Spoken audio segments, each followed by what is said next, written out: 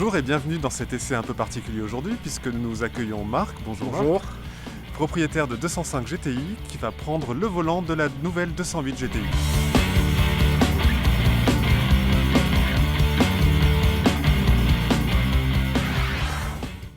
Marc, on est à l'avant de la 208 GTI, première impression de cette calandre? J'aime beaucoup cette calandre sportive, ce côté rouge, ce trait rouge. Et j'avoue que j'aime beaucoup aussi la couleur, c'est un bleu magnifique. Alors, effectivement, les extensions d'ailes sont pour moi un rappel clair aux extensions d'ailes de la 205 GTI. Donc forcément, en tant que passionné de 205 GTI, ça j'adore.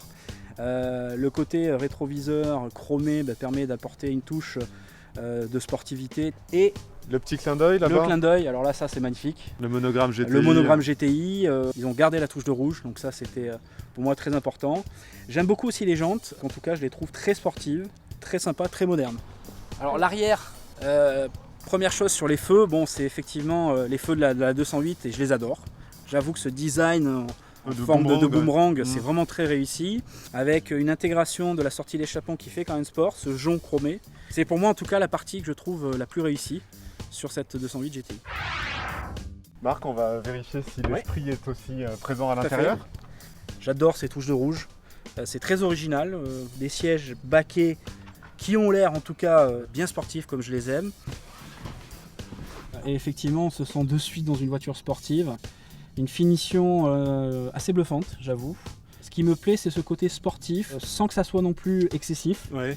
Là on est très loin de l'esprit de la 205 GTI à l'intérieur, c'est logique, c'est une voiture moderne. En tout cas ce grand écran très sympa, très bien positionné, tout petit volant, alors là c'est très surprenant par rapport à la GTI qui avait un volant de taille classique. La console a vraiment une certaine classe, je reconnais que c'est le sport chic, qu'on avait peut-être moins à l'époque, ou en tout cas on voit quand même le saut de génération qui est important.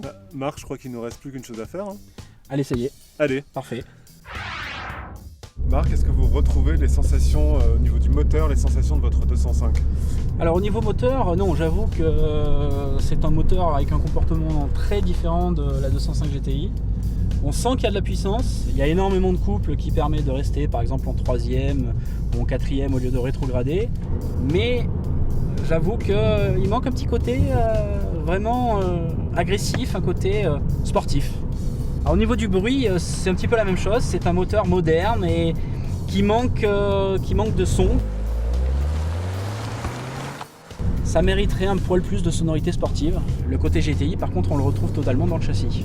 À mon niveau, il est extraordinaire, précis, avec un compromis confort, précision, rigueur des amortisseurs, vraiment très agréable. On sent que la voiture mord, on sent un train arrière qui suit. Peut-être moins joueur sur la 205 GTI, plus sécurisant. Si vous deviez choisir entre votre 205 et la 208, Marc?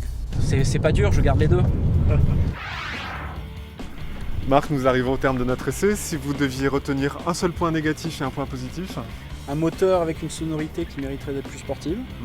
Et un point positif, un châssis qui est digne de Peugeot. Merci Marc. Et à la semaine prochaine pour un nouvel essai.